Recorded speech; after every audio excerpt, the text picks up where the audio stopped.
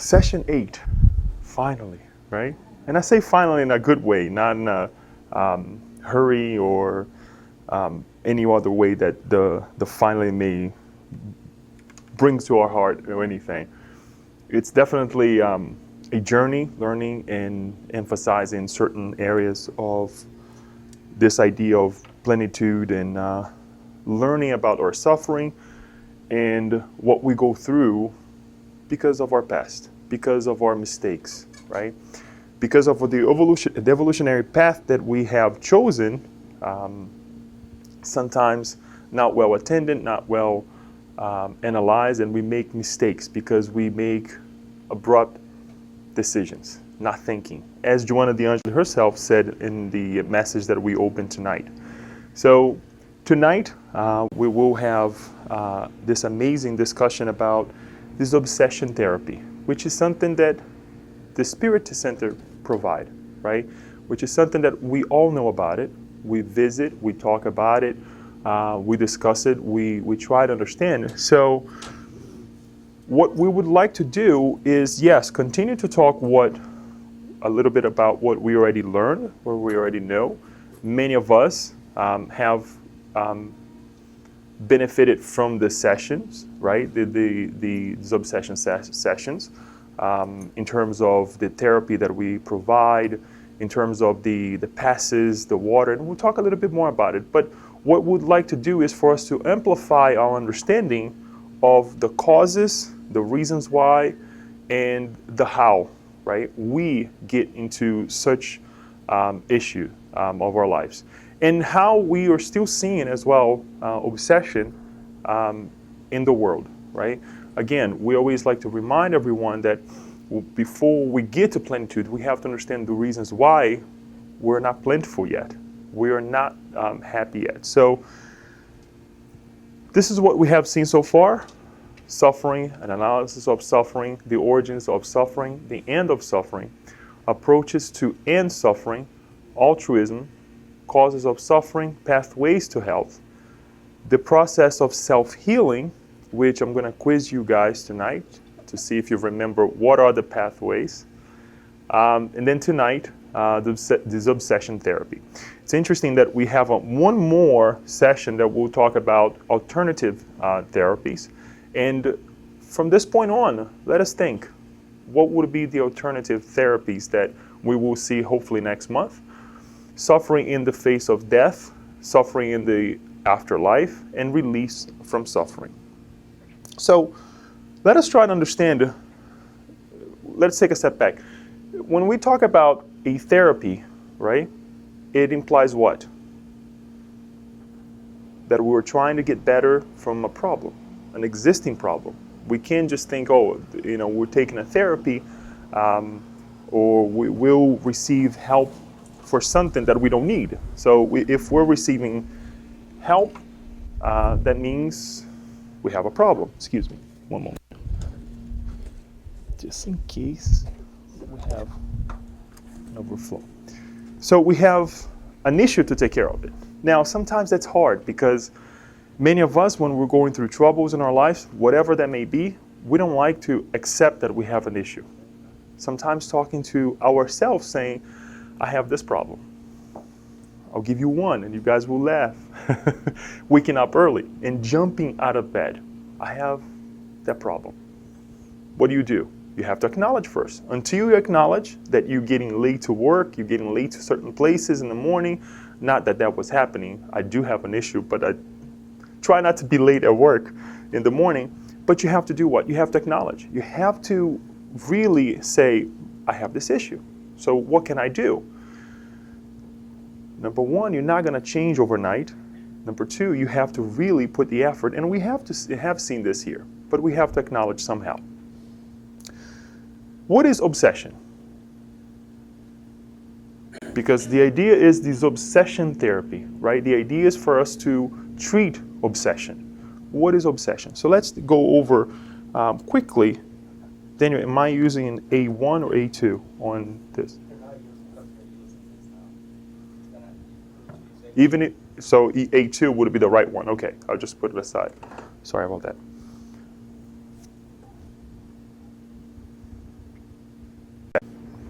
Joanna de Angelis says the following: a moral blight of the spirit obsession is much more widespread than one might imagine, periodically becoming a swiftly contagious virus by virtue of circumstances, which, as a consequence of the evolution of the individual and the planet, require the cleansing of a huge amount of bad debt, is still weighing on the social economy.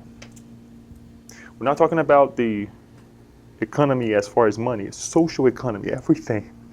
And it's interesting that I want to acknowledge this here too, that we have gotten thus far with problems as a natural consequence because we don't know any better.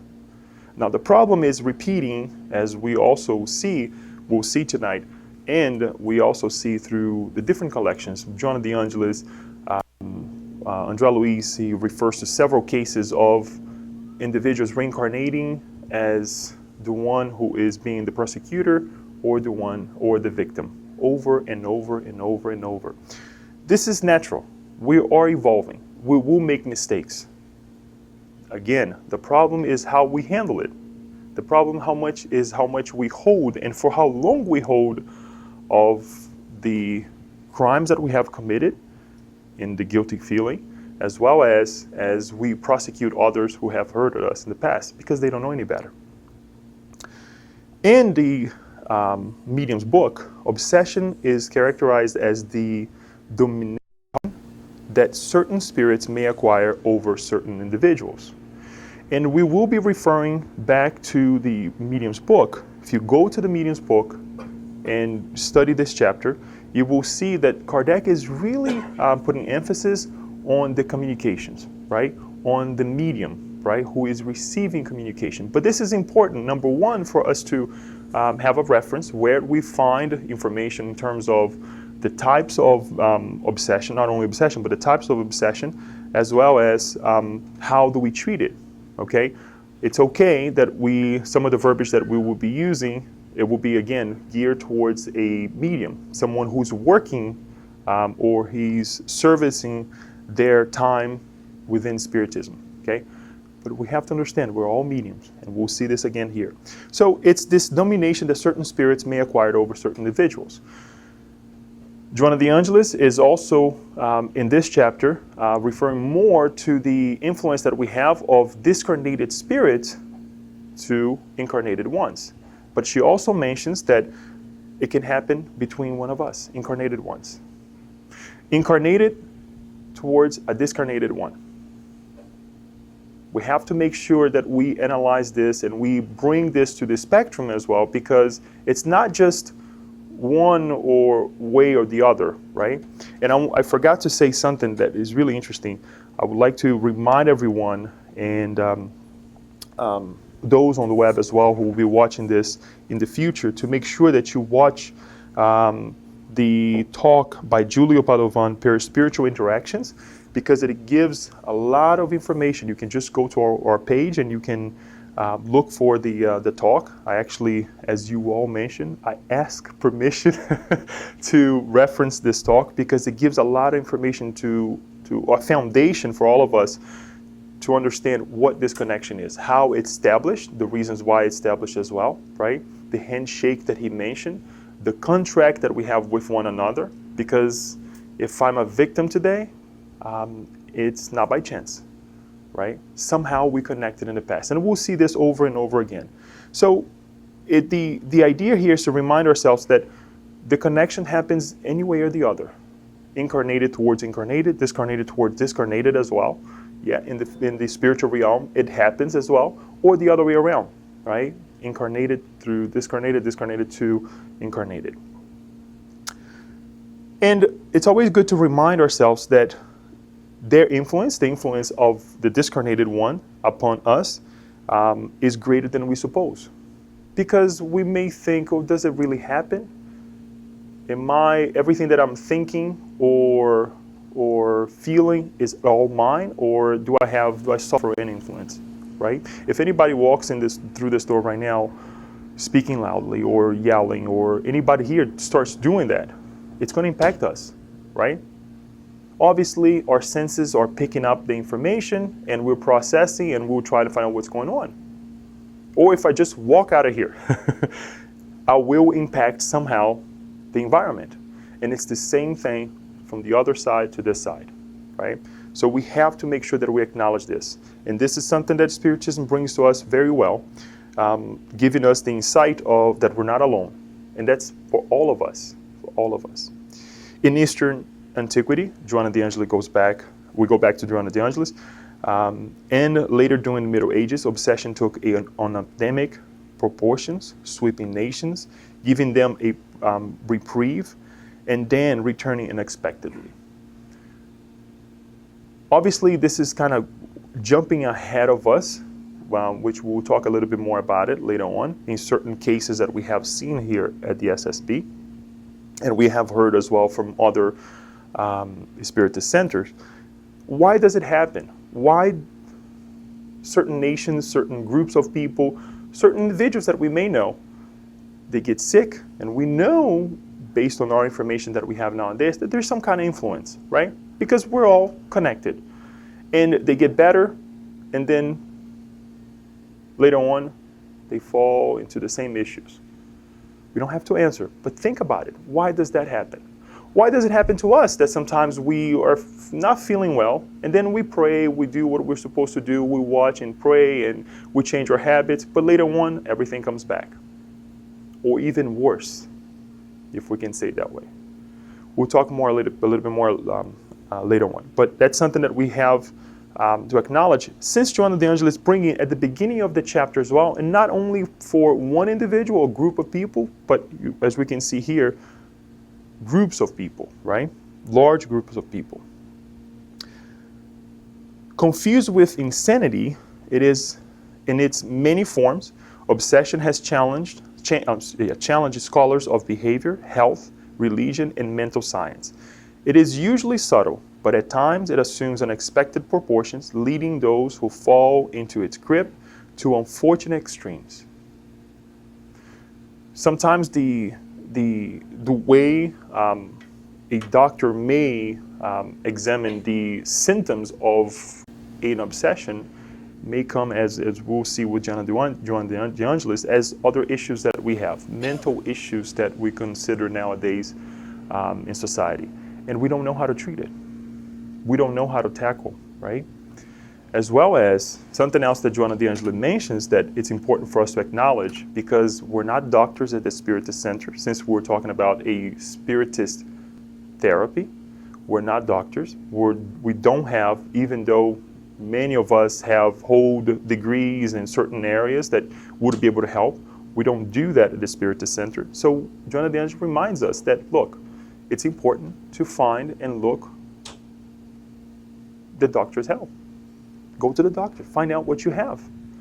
What you have here is something different, and we'll see it later on. But it's important that we acknowledge that as well. If we know of any Spiritist center, any location that passes the treatment as we are talking here, and they say, oh, you don't have to go to the doctor, please don't go anymore, because that's not right. If God gave us the intelligence to develop and understand the physical body, we need to acknowledge as well. Otherwise, it wouldn't be there. So it starts subtle, as she says. It's not something that we can perceive at times, or let's say at all times. When we talk about an obsession, to the degree that we no longer respond to our actions, it doesn't start overnight. So today I'm well, and then tomorrow something happened. I don't respond for myself anymore. Let's see what we can learn from the medium's book again. Simple obsession, the first one. Simple obsession occurs when malevolent spirits impose themselves upon mediums, interfere against their will in the communications they receive, impede them from communicating with other spirits, and substitute themselves for those who are evoked. Remember, I warned you guys, this is mainly talking about mediumship, mediums, right? But how do we translate this to our lives? We're all mediums. We all have some kind of connection, right? Simple obsession occurs when malevolent spirits impose themselves upon mediums. We know that if a spirit is imposing he or herself or itself over me, we know that's a malevolent spirit. Because if it was a well-guided spirit, that wouldn't happen. Interfering against, and I'll say, my communication with others. The way of relate with one another. How does that happen? Somebody says, it's a beautiful day. Instead of acknowledge that it is a beautiful day, I may think that the person is trying to say something funny. It's a beautiful day for you, not for me. And sometimes we hear people, saying that, right? Oh, it's a beautiful day, really? I wish I had your life. Well, I was trying to say something nice, right? This is exactly what happens. And it's little by little. It's little by little. So the communication is established. And we see it completely different. Whatever it's said to us, it's perceived completely different. Impeding us from communicating with other spirits, substituting themselves for those who are evoked. Sometimes you go and talk to somebody, right? And they are already manipulating that other individual that we're trying to get something across, a message, and what happens? We get lost. And then we create more problems. That is the subtle, that we already can identify. We already feel it. Sometimes you don't have to say anything. Before the hello, that's it. It's done, right? And you see that there is a connection. The second one, it's a little bit worse. Fascination has much more serious consequences. It refers to a delusion created directly by a spirit in the thought of a medium, which in a certain manner paralyzes his or her capacity to judge the quality of the communications. Fascinated mediums do not believe themselves to be deceived. So now I'm to the point that, look, I can judge. What the influence is telling me, it's the connection that I have, is telling me to do or to act or to feel, and I really don't think that I'm being deceived. That's me. I have no open heart or mind whatsoever for what others will say to me or alert me in that manner. It gets worse. Subjugation is a constriction that causes its victims' will to become paralyzed, making them act in spite of themselves. In other words, they find themselves under true bondage. Subjugation can be either mental or physical. In the former, those who are subjugated are led to make frequently absurd and compromising decisions, which, under a kind of delusion, they regard as sane. It is a type of fascination. In the latter, the spirit acts upon the physical organs to produce involuntary movements. In writing mediums, it produces an incessant need to write even at inopportune times. I'm going to utilize a case that we know, you probably have heard Divaldo Franco mentioning, that there was a spirit for some time would come and would want to write in the middle of the night, in the middle of, wherever. And for some time, he would think, when should I do this? Should I not do this? Right? Well, if it is a spirit that is well-guided again and wants to write something, it will respect the medium's time. It will respect a well-guided schedule to come and connect with the medium. And afterwards, after learning from the issues that he's going through, he said, "Nuh-uh, you don't control my body. You don't control what I do. There will be a specific time that you'll be able to write. We'll be able to connect and you can write what you would like to write." And I'm summarizing here somehow so we understand. Are we all mediums that sit down and write? And no, or psychophonic? No, we're not. So how does this translate to our lives?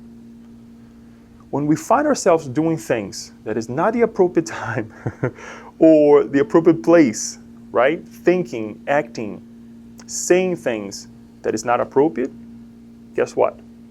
This may be it. And it starts somehow in our lives when we lost track of time.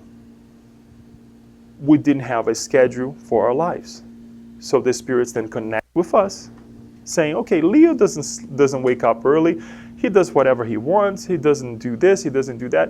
I'm going to connect with him when the mind is flying somewhere. It happens. I used to think that this idea of subjugation is when the person is completely paralyzed, and we have seen videos, cases as well, once more, through the different literatures that we have, that the person is completely paralyzed or doing crazy, insane things. It's not. It doesn't have to get to that point.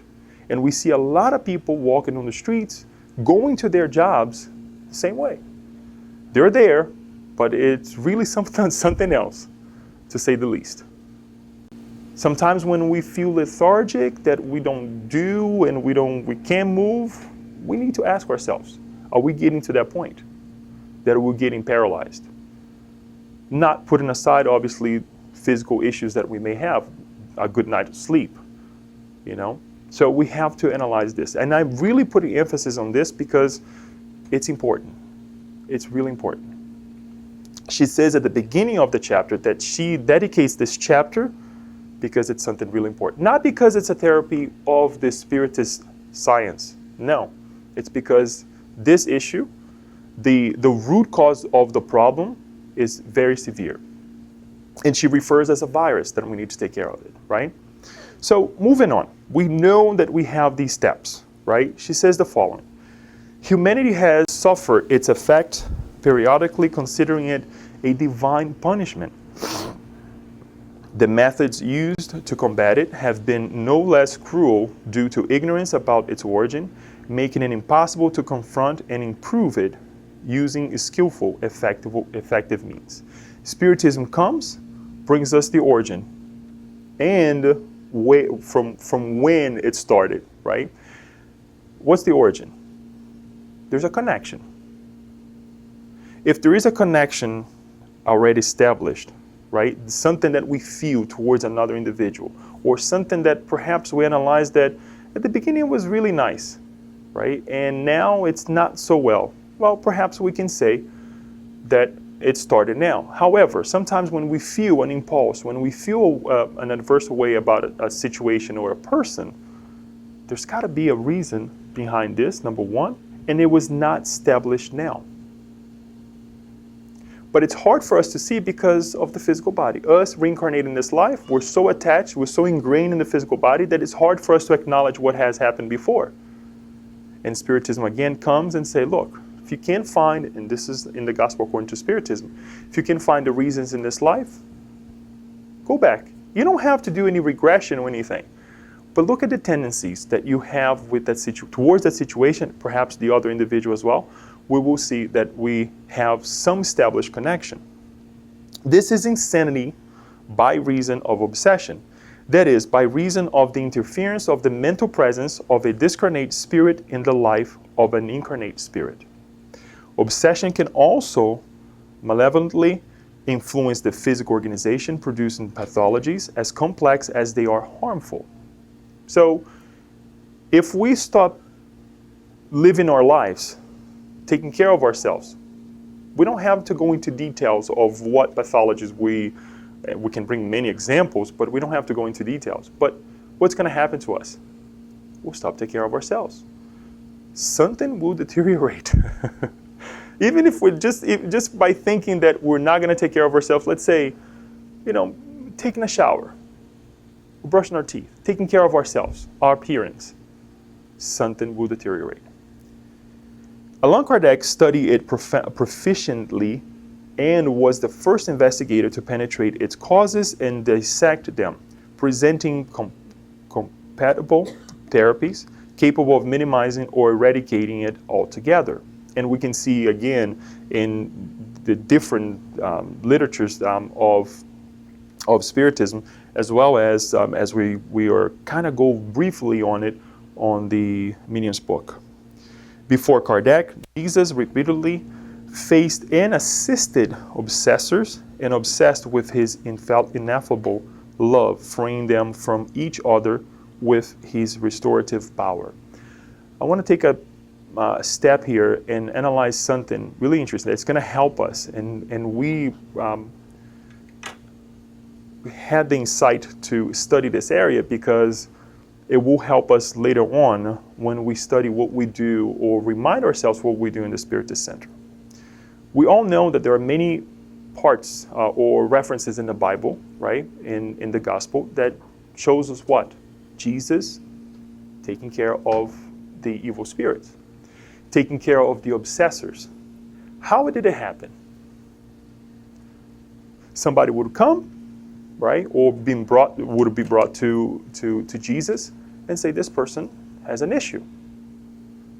And what would Jesus do? He would say, get out of this body, leave this individual alone. You don't belong to this body. And we also want to take in consideration that most of these, let's say, therapies or sessions, right, with Jesus, the individual was already in a subjugation mode or condition that was already escalated, right? And Jesus took care of it just by saying something. Now, did Jesus help the obsessed and the obsessor? Did he? How? I want to just make us think here a little bit. And please don't think that I'm questioning what Jesus did or the way he did, because we will analyze this because it's important. Jesus drives out an impure spirit. This is actually in Luke 4:31-37. Then he went down to Capernaum, a town in Galilee, and on the Sabbath he taught the people. They were amazed at his teaching because his words had authority. In the synagogue there was a man possessed by a demon, an impure spirit. He cried out at the top of his voice, "Go away! What do you want with us, Jesus of Nazareth? Have you come to destroy us? I know who you are, the Holy One of God." "Be quiet," Jesus said sternly. "Come out of him." Then the demon threw the man down before them all and came out without injuring him. All the people were amazed and said to each other, "What words these are! With authority and power he gives orders to impure spirits, and they come out." And the news about him spread throughout the surrounding area. Did Jesus treat the obsessed and the obsessors? Because as we read here, he only helped the obsessed, and he cast out the obsessors. Again, I'm not questioning. So, what do you guys think? What would be the approach that if we were to see someone who is obsessed, that we would utilize to help that individual?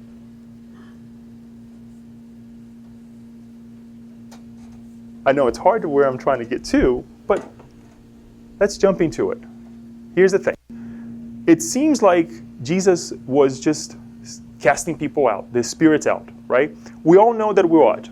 Creatures of one God. We're all brothers and sisters, whether we're discarnated or incarnated, right? Does this seem kind of fair to the spirits who are also obsessing the obsessed? Why not? You can say yes.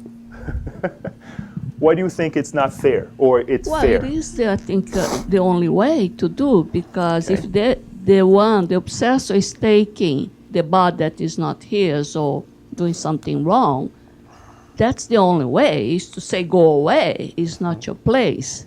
Okay. So he has to understand, the obsessor, that there is an authority above him, obsessor, over any person.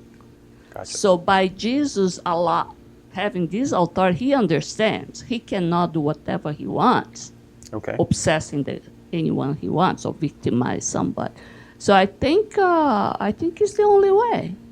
And once he understands that he cannot use that power over other in a bad way, then he may be rescued later with kindness, if it's something, Thank you. And you touched in some of the points that I would like to bring. I would say free will. Free will. Jesus respected free will of the obsessor. Jesus respected the free will of obsessors. Yeah, Okay. yes. Do you want to elaborate on it? Okay. All right. So one thing is undeniable, and we see here, right? The authority of Jesus. What kind of authority was that? Pure spirit. Huh? He's a pure spirit. He is a pure spirit, right? He gave the example. Through example. The authority is not power, money, moral authority. Thank you. Thank you. So it's not money, it's not power, it's moral authority. That he would be able to speak and say, that's it. Enough is enough. Now, one of the things that we also have to take into consideration, and we have to look, is sometimes we watch movies, right? That you have one situation, one isolated situation, and then the movie starts showing all the perspectives, the different ways that we can see the situation. This is what I'm trying to find out, so we can apply to our lives as well. So there was the moral authority.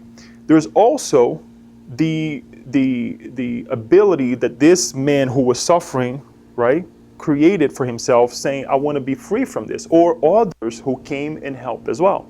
So we have to take that in consideration, number two. The other thing is this, that we have to acknowledge. Jesus was never alone.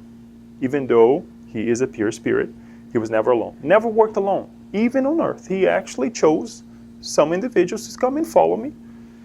Those who he cured, wanted to follow him and say, no, you're not going to follow me directly, physically, but you would have your share to do that will also help others. Your case in itself will help others, right? When we see this idea of the ability or the wanting to rehabilitate, as we studied last session, when some of the individuals who came and asked for help and they were cured, Jesus said what? What did he say? Your faith have cured, right? So we have to take that in acknowledgement as well, and acknowledge that as well. He was not alone. So some of these spirits, perhaps, they would come, be cast out, and they would be helped by other higher spirits that was also accompanying Jesus at that time, as it happens now. As it happens now. Where does those individuals who are rescued, the obsessors who are rescued at the Spirit Center? We don't have this authority. We don't work alone, right? There's the group of people, and we'll get into the details in one, but there's a group of people working at the Spirit Center who also, along with the mentors of the house, that will also help these individuals. Because if we try to do by ourselves, or if we think that we are greater than they are, we have authority, guess what? We're obsessed. We're obsessed. So it's important that we look at this, because the literature does give the sense that it's possible, right? Obsession didn't start in the year 2000. No, it's with us for many, many years. Spiritism did not bring this to us. This is something else that we can get from this. Another lesson that we can get from this passage. But this authority that we would like to emphasize on it. How do we get to this authority? How do we get to the point that when we speak, when we say something, it really changes someone's life? Because it doesn't have to be a subjugation, but when we speak with someone who comes and asks us for an advice, who is suffering, and you say something, and the person says, you know what, it makes sense. It's that grandfather, right, or that grandmother, when we go and we ask for something, they say it so wisely, in few words, that you're like, wow, I get it now. And you feel so ashamed of having asked her, right? And they're like, oh my gosh, I shouldn't have. Well, we really should, because that's, perhaps that individual is the medium of goodness that we also have to acknowledge. So it was cast out, but rest assured, with all his grandeur, with all his power, knowledge, moral involvement, that Jesus was able to help the one that was obsessed, as well as those who were obsessing as well. And there is time. I would like to acknowledge something else that Yasko said. that not every spirit that gets to be cast out or asked to let go of this individual, they are ready to evolve. So then you may ask, okay, if that spirit who was obsessing the individual is not well yet or will evolve, will the obsession continue? If the obsessed individual allows it to continue. And that's key for our understanding tonight. Joanna de Angelis continues. And this will illustrate a little bit of what we just said, if we'll continue or not, or if we'll get better temporarily, right, with the help that we receive, and we fall again in the future. Selfish and thoughtless, they did not measure the consequences of their venal acts and became bound to each other with shackles of hatred and revenge that made them increasingly miserable. These are the two individuals that we're referring to, whether incarnate, discarnate, incarnate, whatever. This is the reason why. Selfish and thoughtless of their acts. Consequently, they plod along for centuries of excruciating suffering. I'll say this again. Consequently, they plod along for centuries of excruciating sufferings, switching back and forth from victim to tormentor, until love kindles the light of hope in their darkness, and forgiveness makes them true siblings on the evolutionary path. Sometimes it happens in not a so good way. We are forced into it, right? And then we come through the hurdles and the difficulties, but we get it. At one point, it's going to have it to happen. We suffer so much that we say, we're tired, right? The problem is that when we don't take the opportunities to settle on these things, and it goes over and over and over for centuries. Love, therefore, is the first medication to be used in disobsession therapy. Love opens the doors to hope and reveals the sacred purposes of life, enabling forgiveness to soothe the pain caused by the ulcerations of hatred. As long as resentment, ill will, distrust, and spite persist, obsession is an acid, burning the delicate mental components and producing tormenting mental problems. So when we talk about this love, it's not the love that and we have mentioned this here at the SSB and in many talks perhaps that you have watched. It's not the love that we understand as loving a person unconditionally. We will never get to that point. I shouldn't say. We will not get to that point overnight with somebody who we have an issue with. One day perhaps we will love that individual unconditionally. Some people may not agree with me, but one day we'll see. One day we'll see. But it's to truly say, enough is enough. I don't want to deal with this anymore. I don't want to be this individual who is living or reacting to something that may happen. Sometimes the obsessor is already away, but we still carry that wound inside of ourselves, and then we turn into the obsessor of somebody who just left. So it's important that we acknowledge that when we talk about love, it's the understanding. It's the change that we can bring to ourselves, right? And what we propose of the new, right? So that we don't get into this madness of dealing with others in a negative way. Mediumship, on the other hand, is the grand opportunity that identifies and cures obsession, because it is through its intricate mechanism that, I have to make that correction there, obsession manifests, and the parties can be addressed. Parties, not one individual, the obsessed, but all the ones involved. Obsessed, obsessors, family of the obsessed, family of the obsessors as well, those around it. Sometimes we think, why did this person knock at the spirit door? Our spirit is sent. When we say our, right, the house that we are, and this time, we are actually working and dedicating or helping one another. Why? Is it by chance? No. It could be in a sense that, yes, it was guided by the higher minds to go to the Spirit Center, is in Baltimore. You can go over there, you can find some help. But we had a mostly we had a connection in the past. We have done something somewhere that we connected. So it's not by chance.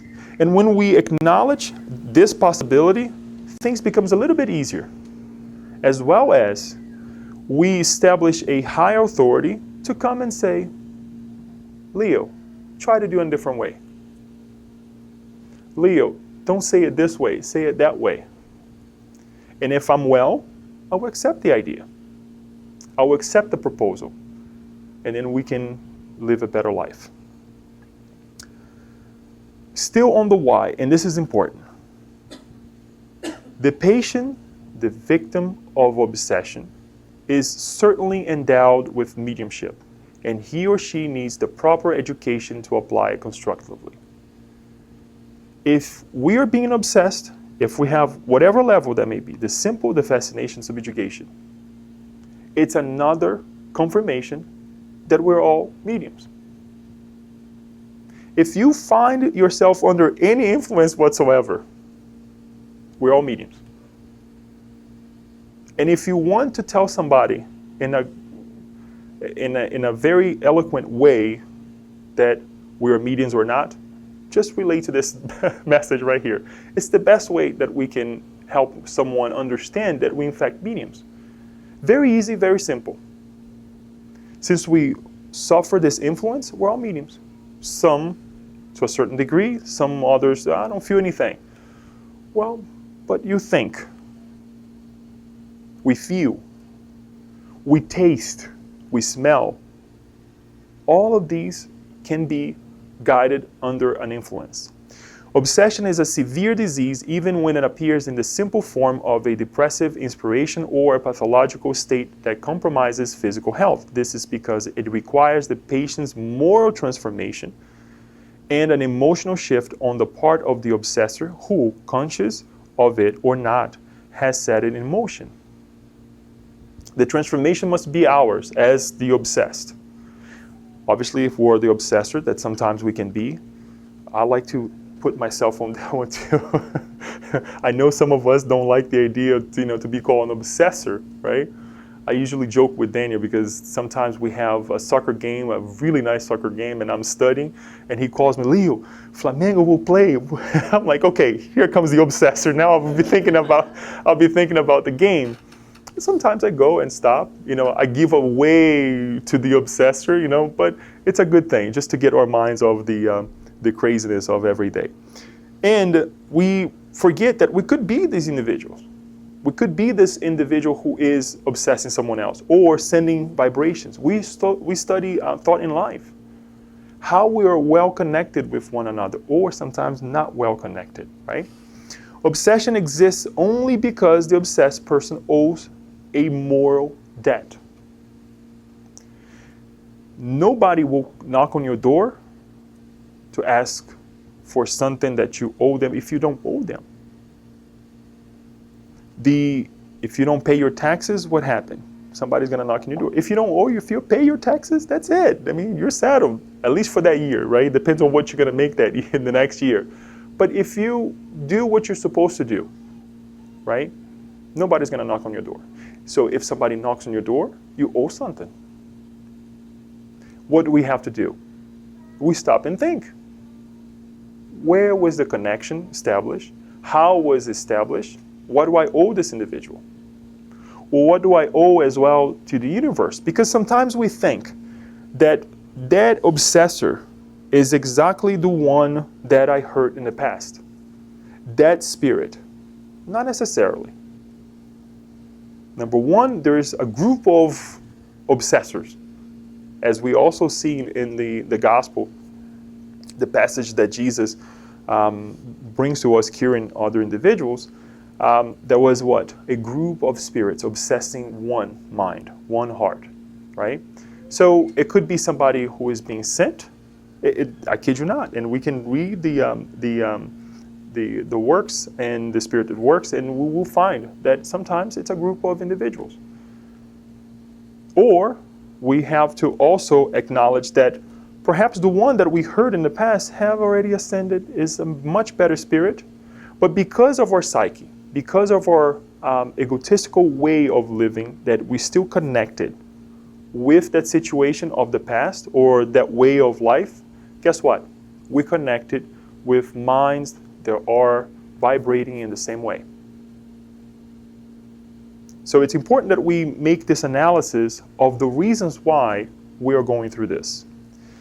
And the how. How does it happen? The unhappy mind, set solely on revenge, shoots waves of hatred in its enemy, who lacking moral resources such as watchfulness, charity, and love, registers them through the perispirit on account of mutual vibratory affinity, until such waves become a perturbing idea in the victim's psyche. Key word over here, mutual. There is a contract, and it's not unilateral. It's bilateral contract. Both of us signs. If there is this connection, guess what? We're both open for discussion here. Don't think that because we're being obsessed, or if somebody comes and asks for the help, obviously we're not going to tell individuals that you did something wrong, because when a person is hurt, we want to understand, right? Not be judgmental. But for our level of studies here, we know that there is a bilateral contract. And that's what we saw with Julie last week. That shake of hands, it's exactly it. You accepted whatever was offered to you, and you embraced it. And sometimes, guess what? We don't want to let go. We don't want to let go, right? We feel the joy of retaliating. We want more. All right, you did this, guess what? And it's always that constant dispute. At other times, this is also important, the obsessor spirit emits the same deleterious energies and uses it will condense its vibrations to manifest in terrifying apparitions during the waking state and the partial disengagement of sleep, establishing a connection through sheer horror that develops into a pathology of hallucinations.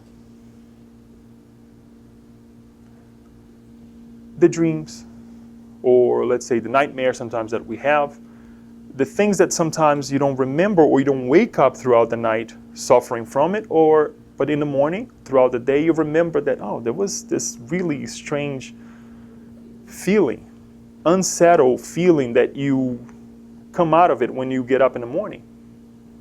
The body's rest, or sometimes not. Most of the time it isn't. But you have this feeling with you since you woke up. Why? Why is it happening?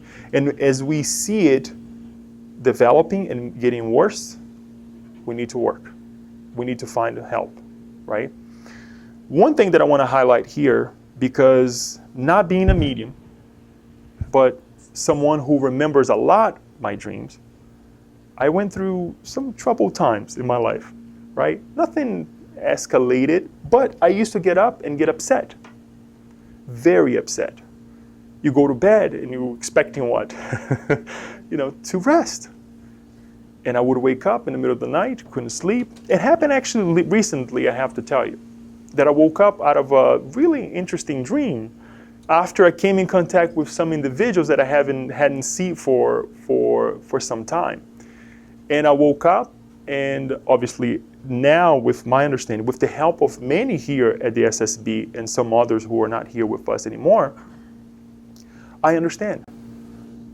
I wake up from that dream, or I wake up from that tormented night in the morning, sometimes not settled at all because my body I'm still tired. And I do what? I pray, whatever there was. If I can't deal with it, at least I try to pray. Please help me find some guidance to deal with that problem. Because if it knocked on your door again, guess what? It's time to prepare. It's time to prepare for us to analyze. Because now perhaps is the right time that God has allowed us to reconnect. Or sometimes I have done something that helped me connect, unfortunately, with that individual. Or with that spirit, since I connected with those other spirits who are incarnated as well. It's very hard. It's not easy. Because when it becomes persistent, You feel the urge that you need to stop, right? This needs to stop. But how do we stop? Through the changes of our behaviors. With successive interferences, the obsessor finally dominates the guilty mind, which becomes submissive, giving rein to the gravest phenomena of subjugation, which for centuries ignorance has considered as being demonic, possession, and science has labeled as schizophrenia. It's interesting that if we go to our understanding of what schizophrenia is nowadays, the symptoms are, it's amazing. They're very, it's similar to what we see in when we read, right, the literature. And if there is a lack of understanding of these symptoms today, right, I'm not saying that the person may have issues that need to be taken care of through a conventional science, right? But it's very, very similar. And if we can distinguish, if we don't acknowledge that there is this connection, it's very hard to help someone liberated from it. It's extremely hard. So both have to be connected. Both have to be connected. I even looked, and I was going to bring some of the symptoms, but it's something that we can always Google. We always, go after. We have some specialists here that understand a little bit. We can talk to them later on.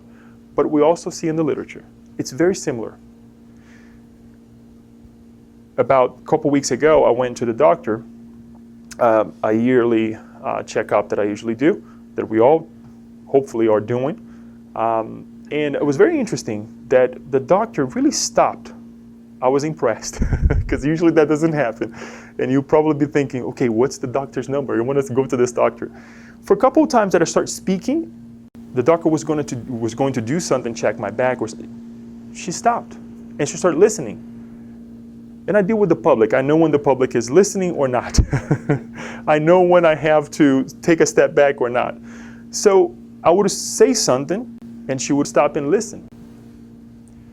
She then asked me of certain things that I couldn't remember, that the last visit I brought, about this issue, that issue, physical issues. But she, well, how is this? I'm like, oh, wow, I had that issue? Really? Because it went away, right? Obviously, they have a chart. They have a way to follow everything. But just that connection to listen was an amazing thing. Was an amazing thing. So it's if we don't treat the mind, if we don't acknowledge what's happening, not just in the physical, but also the way the person is speaking. Because now when you go to the doctor, they ask what? Do you have any phobias? Do you have any anxiety? Do you have this? Do you have that? And you're like, wow. We should be glad that we have this treatment. We should be glad that we have this. Obviously, I'm pretty sure there are guidelines that we have to follow nowadays, in the medical field, but at least we have an acknowledgement of this. Because in the past, what would happen? You can actually go and institutionalize. It's funny because about a year or 2 years ago, I shared this with Kirsten, or she shared with me, I can't remember, of how patients were treated in the past, right? And when talking about like the physical aspect of it, right, the cleaning and all those things, it was horrible, right? And if you actually do some research on how mental illness was treated in the past, in ancient times. And yes, okay, well, Leo, we're talking about 300 years or 400 years, and we still have a lot to do. Yes, I know, but we have made a great stride. When we go in society and you see individuals who have certain limitations, but they're being treated to a certain degree equally, that is awesome.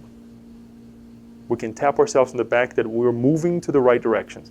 Because in the past, people would actually knock on somebody's head to get the devil out, to get the whatever pathology they had.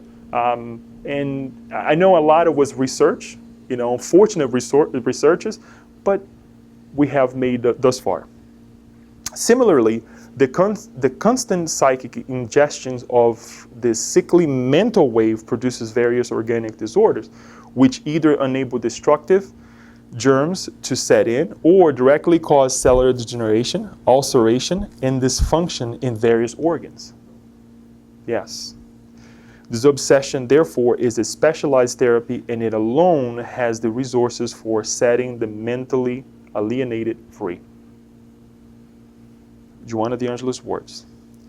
The therapy.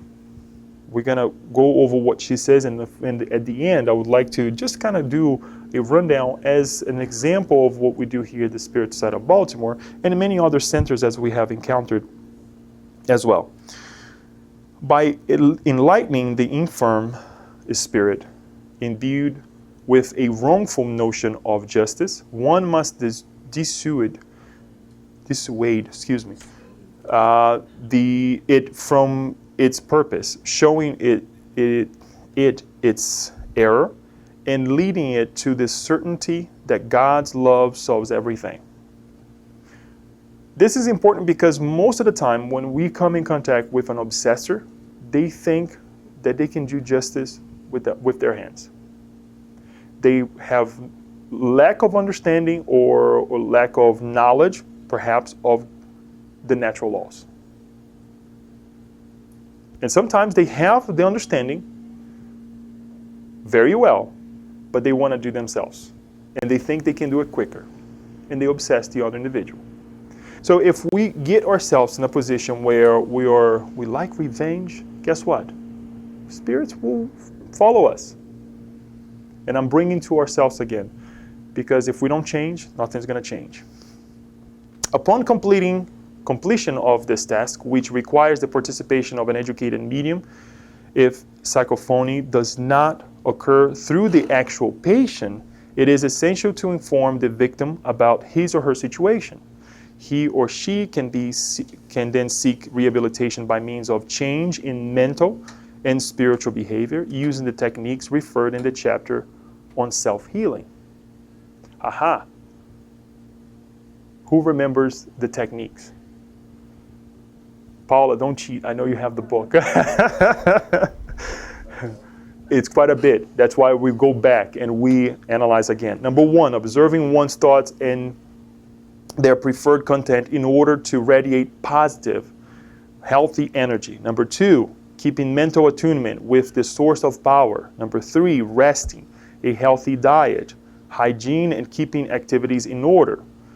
Channeling one's thoughts and emotions towards love, compassion, justice, equanimity, and peace. Okay?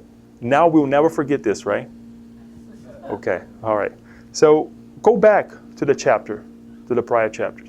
Look at these things. And if you find something in these categories that we need to change, let us do it. Little by little. It's not going to happen tomorrow, but little by little. Choose something that you need to tackle one. Go back and watch the video again of last chapter, and we'll learn a little bit more about it. And then she finalized this part, saying this moral reform of the obsessed person will cause the obsessor to appreciate his or her efforts to improve, demonstrating regret for past actions such that the two can become friends and advance together on the path of the good. It's kind of like telling, okay, I'm changing, and if I can do it, you can do it too. But it requires persistence, because the maladies or the errors of the past is not going to change overnight. And it will require a lot of effort, a lot of trying to show someone who has obsessed you for ages, as we saw here, who has obsessed us for reincarnations. Sometimes we change places to say enough is enough. I'm not going to go after Leo anymore. It takes a while. It takes a whole lot. And we have to be careful, because as we have studied here through this book, through other books as well, there is association in terms of perhaps, my obsessor is not going to obsess me as directly, but obsess others and my family members, friends. Perhaps he or she will associate or connect with another mind, a discarnated mind, that is more effective than he or she can be. We're all connected.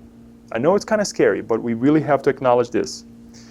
Every form of obsession results from an interpersonal relationship disrupted by the negative forces of aggression, hatred, betrayal, crime, or misguided expressions of love, which throw the sentiments into disarray. This obsession entails interrupting the magnetization between both wretches for the obsessor's spirit, despite considering itself satisfied due to the harm it inflicts on its victim, also suffers from its own misery and lack of peace. We are connected. It's not the obsessor's fault, it's our fault. We owe something. And this is the highlight, one of the highlights as well that we would like to bring for us to take charge. Consider that we're not perfect. Thus, the other person or the other spirit is not perfect. We all have to change. But it starts with us, right? It starts with us. She finalizes by saying, people are always responsible for their own lives. There is sorrow, obsession, and suffering. There is sorrow, obsession, and suffering only when they choose unhealthy instead of healthy behaviors. Obsession indicates a re-emergence of unfortunate acts in search of immediate reparation. It's an opportunity, right? It's a way for us to tell ourselves, I need to change. The environment needs to change. Because if I'm not happy, guess what? Others are not happy. Have we ever thought about this idea that I'm not happy? Most of the time we do what?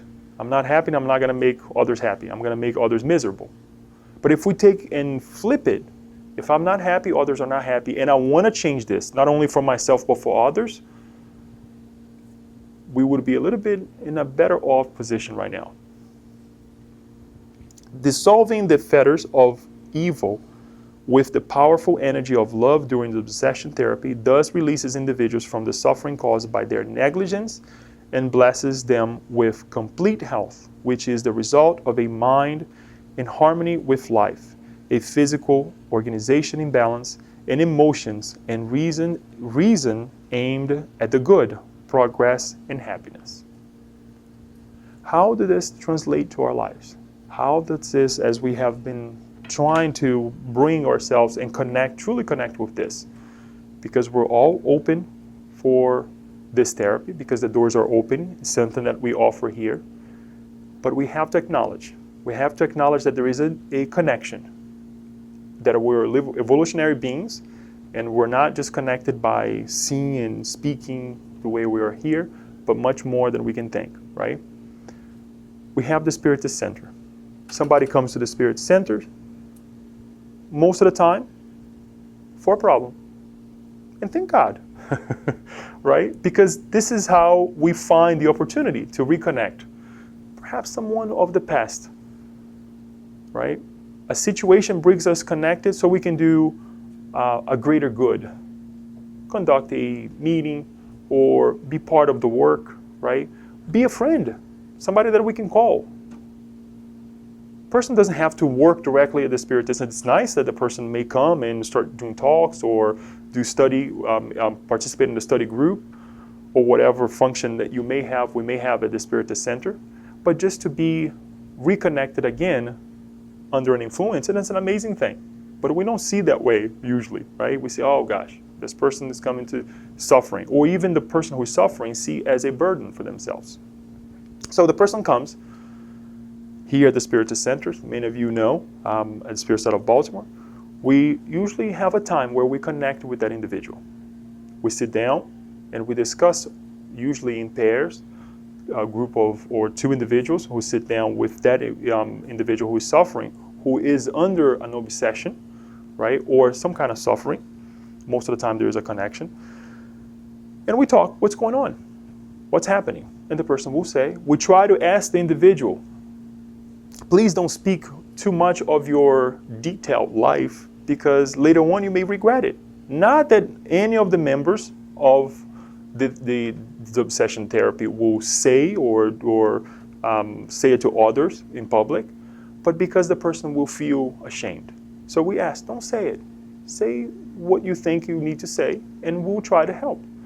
And it goes on, and we will see, the person will say this person is, or that situation is, and we try to connect and find the issues that, or the causes of that problem. If we can't, we just pray.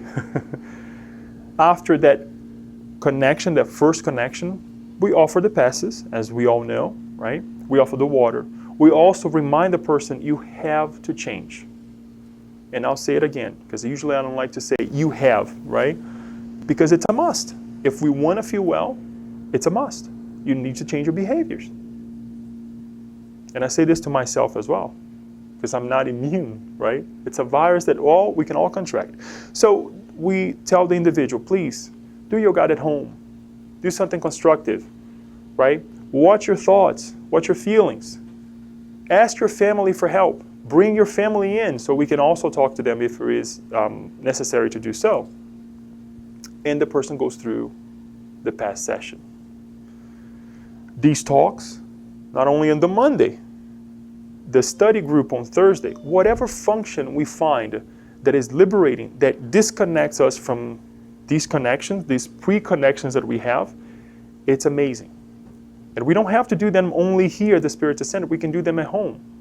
Instead of turning on the TV, we do what? We read a book. Something enlightening. Change your behavior, because the players of the game is not helping you win, right? As a commanding chief, you need to change.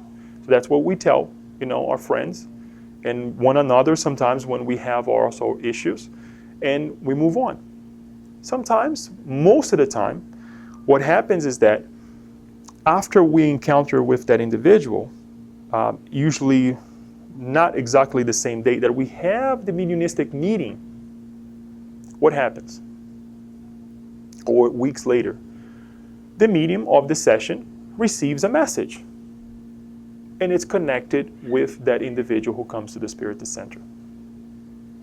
Most of the time, it's the persecutor saying, I want this, I want my life back, I want that back, I want this, I want that, this person did this and this and this and that. When you look at a person before, you think, oh my gosh, I would never think that that person would do such a thing. If we were to know, because we don't disclose this to the patient, right? If we were to know, we would be like, I did this? Ah, you're kidding me. Seriously? No. I would go to jail. Because now we're responding to the environment, right? That's why sometimes we think we're pure. I follow the laws. I pay my taxes, right? So we have to really analyze, how are our thoughts though? How is the feeling? Well, how are we responding to the environment? So we're not victims. We talk to the spirit who comes obsessing that individual through the medium. Because one of the things that Joanna de Angelis mentions, that perhaps some of the mediums who we have met, some of them who started to understand better the Spiritism, came from an obsession. They come through that shock, right? They receive the help, and so mediumship, I'm a medium. And they start studying, they start working at the mediumistic meeting, or sometimes they just do whatever they can do to become more charitable, to present that charity and that love in action, charitable, right, work. So after that, what happens? Most of the time, the individual starts feeling better. The next week is not so intense, or sometimes it becomes more intense because the persecutor starts to bring more of a heavy load of attacks to that individual, and we say, hang in there, stay put, come to the sessions, don't stop. So there is this two side of the story as well, because sometimes we want the happy ending. It doesn't happen that fast. It gets worse. But sometimes it also gets better. After a while, after many, many sessions that we have, we forget about the case, the person is still with us or not, the spirit comes back, the obsessor, and says, thank you for helping. Thank you for showing me a different way, right? Thank you for allowing me to see it better. Doesn't even mention the obsessed. Gone. Now, what happens to the obsessed? or the person who is cured, sometimes, like I said, it comes back, and leads a good life. At least in that hole, that individual doesn't fall anymore, right? Or stops doing the things that perhaps led them to that re-encounter. But sometimes, what happens? They continue. Things are settled, everything's fine, life is great. I'm just going to go back to the same Leo that I was before. It comes back worse.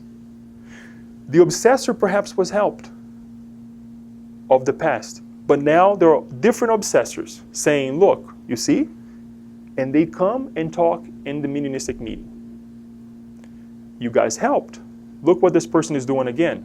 We don't know, right? Because we don't ask for details, but there's a confirmation. And then we have to go through again, talking to that spirit. There's an individual in this mediumistic meeting, usually who talks to the spirit and guides them. Not that the person has an authority like Jesus had, but there's a group of people, as Jesus taught us, right, who under a umbrella of all guided spirits as well, guides and talks to that individual. Sometimes they question those in the mediumistic meetings too, saying, you don't have any authority to say. Well, perhaps we don't. But God's law has, right? Something that we have to acknowledge. Something that, and I brought you into this, this therapy on how it happens for us to see the different dimensions of it as well. And how we are open for this virus. And my God, we are. And this is something that we really need to think about it in question. The different levels, what's happening to us, why do I think this way, why do I feel this way, why do I want these things, right? And the change must happen fast. We see environmentalists and we see people working in the social economy of the world, right? Wanting abrupt changes, right? And the question is, are we changing ourselves? Are we allowing ourselves to say enough is enough? That's something that I would like to leave with you guys tonight and to really think about this therapy, how we can prevent it on something that is so mundane to us and is so repetitive to us nowadays, and open up for questions and comments that you may have, and always reminding that the Spiritist Center is the house, the place for us to find this therapy. There are similar therapies, there are similar places, there are things that we can discuss, day in and day out, but with the foundation that we receive with the Spiritist science, we will not find anywhere else. So we would like to open up for any questions that you may have, any comments.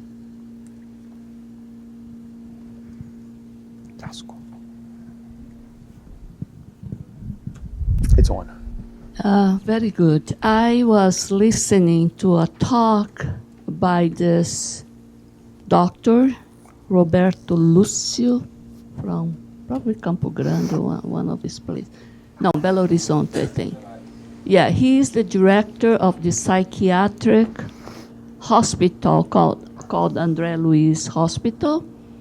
So he was talking about cases where the medication did not work, the psychotherapy did not work, so at least they could not dig out any the causes for that horrible state those patients were.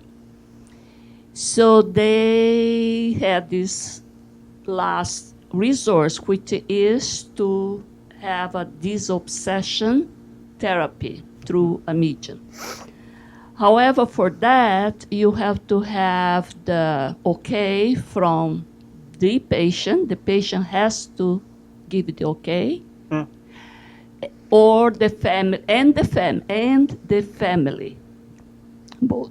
If none of those two didn't want, there is no way for you to have a disobsession. But what he says is interesting. The case that he brought, but he brought with very good care, didn't put the real name, changed a little bit the characteristics of the person in order for nobody to identify, oh, that's me or that's my cousin. So what is interesting that he brought is that the victims from the past, they may be quiet, they may be controlled, because there was a deal made before we incarnate, for instance. Say, look, he's promising to change. So let's see if he gets to a moral transformation, and we are okay. Okay, you deal, you agree, everybody agrees. Truce, right? But then, when you make the same mistake, which is horrible, when you make the same mistake as the victims were complaining, supposedly, he gave an example of abortion, for instance. Those are all victims of abortion from that woman. And then it was okay until the woman in this incarnation made abortion. That triggered the hatred. They get so outraged, and they start to obsess. Yes. Yeah. Or some sexual assault, for instance. You know, it was okay until she was abused in this incarnation, and all this abuse from the past life came, and she was blaming, of course, the mother, because the mother now in the last incarnations allowed the things to perpetuate. Right. So that was the hatred, you know. So, and there was making the therapy very difficult. Perfect. Thank you. Two things that I would like to acknowledge. I think your main point is to highlight this pre-established connection that we had, the truths that we have established in the past, saying, I will change.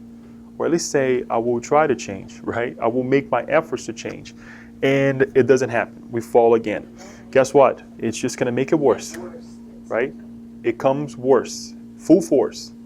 And that's when we really have to prepare. We have to accommodate one another, not to judge, because when these issues knock on our doors directly to us, or perhaps a family member or a friend, we have to understand we're all suffering.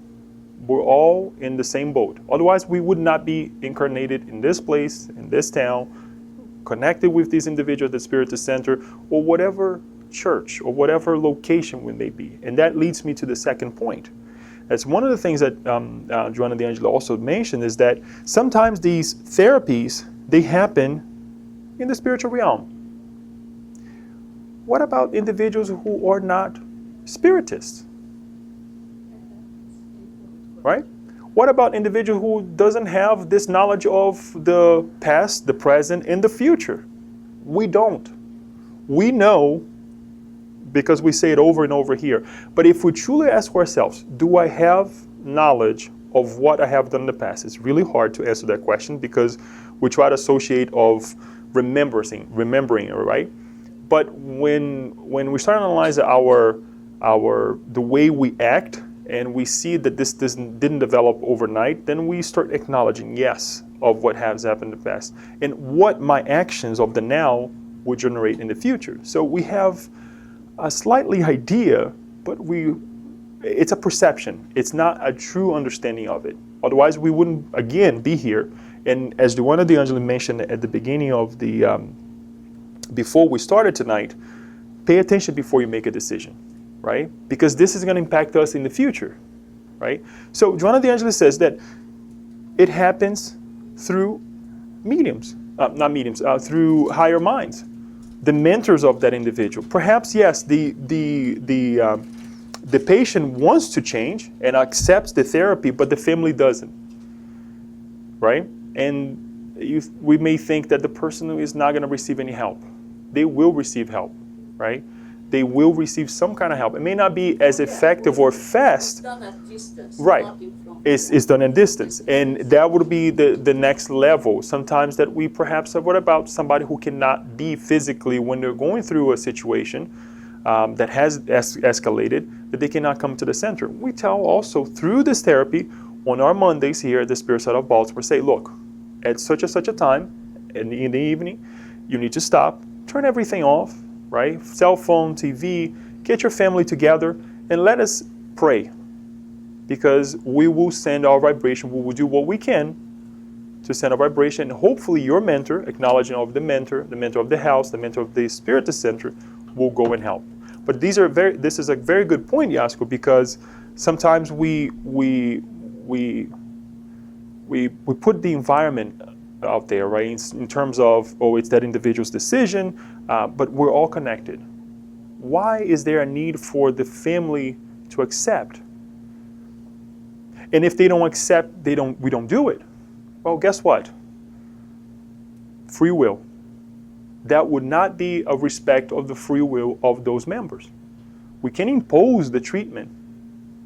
We don't go to anybody's house and say, you have to be a spiritist, you have to go, or you undergo the spiritist treatment. We can't do that. Right. So, very good point. Thank you. Anyone else? Paula. Since you referenced back to what I consider a really important section in the previous chapter on self-healing, those 4 points that you included in this, how would you guide the person coming to you for counseling? They either have a physical illness that's been diagnosed, or they're recognizing they're in a state of anxiety or depression. I mean, outside of the normal things you do, like you work with your medical doctor or you find a mental health therapist, how do you guide this person internally to look at their thoughts, feelings, and acceptance? Thank you. It depends on each case. The little that I can go back to, and the sessions that I have been part of, and the way we have spoken with the individuals that have come to the Spiritist Center, is to, number one, as you already mentioned, seek medical help, because that's important. That's number one. Number two, change. Literally change. And this will be identified by talking to an individual and see what you like to do. What you think will be best for you to do. And the person will give A or B or C answer, and we'll say, well, perhaps this is helpful, but it's not actually what will generate a change. Because if they don't somehow change, it's not going to get anywhere. Now, we can go into depth and say, you can pray, but sometimes the person doesn't even want to say God. Literally, there are individuals who just despise the idea of praying, especially when they're suffering. I'll share something with you. I have been in the state of really alarming situations that I didn't have the words to pray. I did not. I could not. And that is not fun because you're so, it's such a tough situation that you don't have the energy to pray. So sometimes demanding a person or saying, pray, you'll be fine. It doesn't work that way. So you have to find practical ways. Change the environment. Change your health, your health habits. Go for a walk. Connect with something that you like, that brings you joy, right? If there is something that is really imposing suffering on that individual, try to disconnect. Sometimes it could be a family member, and it's hard to say, push that person aside. No. There are practical ways that we can talk and we can find for that person to help them lead a better life. But the point is that it has to go case by case. It's not something that we can say. Now, one of the things that we can say for sure is that we'll offer to come to not only the treatment, the therapy at the Spiritist Center, but also the other sessions that we have. Why? To break the cycle. And the more we do to break that cycle, to break the connection, things will be better. Finally, one thing that I would like to say, and this is the hardest part of it, right? To be charitable. To do charity. Because if the obsessor is watching us and they see that Leo's trying to be a good boy, we'll leave him aside. And what is to be charitable? To go and give money or food to the poor? No. To think positively. To go to work and go to work willingly. To be with your family and be with your family willingly. Not to complain. Not to say words that perhaps will not help us. So there is an array of things that we need to bring that we will discover from the situation while we are talking to the brother or sister who comes for help at the Spiritist Center, that we can say. We're not going to give medical advice because we cannot do that. And we tell the patients the same thing. We're not here to, to recommend this or this that way. All that we can offer is perhaps a hand that you can now, come and receive the rescue. And we tell them as well as to go to their homes and try to do the same thing. How? Have the magnetized water through your guided home. How is a guided home? We have actually pamphlets in the back that explains how to do the guided home if you don't know. It doesn't have to be a Spiritist book that you read, but go read something that will uplift your mind. It's hard. It's not easy. Because even for us, as Spiritists, for the longest time ever, I'll share this with you, don't tell anybody, okay? There were times in my life that I had to stop doing whatever I was doing. It's Tuesday, 8 o'clock. We have to do the guided home. And guess what? Oh gosh, the guided home. Here it comes again. It happens. Thank God it doesn't happen anymore. I actually get excited. I have alarms and everything because sometimes I'm studying and all, but we will go through that time because it's what? You breaking the old habits. Imagine when you have to get up early or do this or do that, change that habits of many, many years. It's really hard. So we have to change. We have to acknowledge this need of change. And the only way that we can acknowledge a need of change is acknowledge the suffering, what's causing it, and how we got there. Next month, we will study the alternative therapies. And we have 4 more? Yeah, 4 more to go. Well, it's already September. Kirsten, you want to ask a question? Okay. Oh yeah, comment. Okay. I think my questions were just like that. I wanted to just touch on the disobsession or obsession in general. I think it was Haroldo Dutra Diaz, it could have been another speaker, it could have been Divaldo, who said that the problem with obsession isn't intervening or getting the person help or leading the person or having interventions and things like that. I mean, there are a plethora of things that can be done for a person that's going through an obsession. But the greatest obstacle is the person that's actually going through the obsession and that you want to change, because oftentimes there's some pleasure in it. There's something about it that we're used to, whether we're complacent or we're just so accustomed to living that way that we don't even notice it. And sometimes we don't even know what it is that has caused that obsession. It's just you find yourself in the position where you're unwell and you have to do some real soul searching. So I think that what you brought up, if you could pull up that slide real quick of the self-healing, like what to do. I think this is so important for us to constantly insert in our lives, is always being vigilant of our thoughts and always trying to have them be positive, because don't wait for the illness to come, sort of do the preventative work. So, but it is something I think that I love this message from Joanna. I think it's something that is very much needed in our society, especially nowadays. You mentioned about mental illness and how that's being viewed and how it's been treated. So I think this entire book is really fantastic. So thank you for doing it. Thank you. Kirsten, and I was about to finish and you brought this, and it's not by chance that you have said this, and this did cross my mind when we are in this position of being obsessed or feeling down or whatever issue we may find. One of the worst feelings that we can present, and we know when that knocks on our door, and we know how we feel about it, is exactly what you said, how we feed ourselves with the feeling of being a victim, and how we love to live that life. I am a victim. And that drives the person, that is like the bread and butter, if we can say, that it's ingrained on that person's life, that, oh, I am this person, I'm that. Let us switch this. Let us really find that we are evolutionary beings. We have made this far. We have the intelligence that we have the capabilities that we have, physically as well, right? We can do amazing things.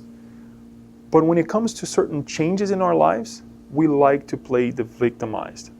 And we love that feeling. We love to bear their feeling. And we love when people look at us, oh, poor Leo, or poor this person. I joke a whole lot in terms of this feeling, because growing up as the last brother of 3, right, being the last boy, I had to grow up real fast. So there was no chance for me of, poor Leo. They were like, come on, And the parents that I had, thank God, whenever they saw that feeling, oh, poor me, or they really, no, hey, look, it's not that way. Sometimes I look back and I'm like, I wish it was a little bit different. I wish they at least noticed certain things, certain situations, but thank God it didn't happen. Because perhaps if I did have that mentality around me, I would have fed this feeling of feeling poor, or feeling, that I need help. I'm always dependable of something. It's tough, and we love that feeling. That somebody's carrying us. Somebody has to carry my weight. So thank you for your comment, because this is definitely something that we need to change. Sometimes if you say such a thing to individuals who are in this presenting themselves for this therapy session, if we say such a thing, they may feel like, what kind of help is this? But all that we're trying to say and do is to push the person and say, look at your values. Look at your capabilities. We are capable to make a better choice. It doesn't mean that we're going to change or things will change overnight, but we are capable to get better. So thank you. Can I make one more comment? To finalize, and then the floor is yours so we can finalize tonight. Just on a more practical level, if we are trying to help others that are going what we deem as obsession, because who knows what is what, truly, other than God and the high spirits. But in terms of practicality, it's never good for us to tell someone, oh, you're being obsessed. Right. I grew up hearing people say this to one another, like, oh, that person's obsessed, or you're obsessed. That doesn't help anything. It's better if you say that, we're the obsessed ones. Right. So I think Joanna's bringing the message of, using that love therapy, right, coming from a place of compassion and understanding, that really, I think that really will help. So I just want to say that. Thank you. Thank you. Well, we'll go ahead and have our passes tonight. So I'll ask Kirsten to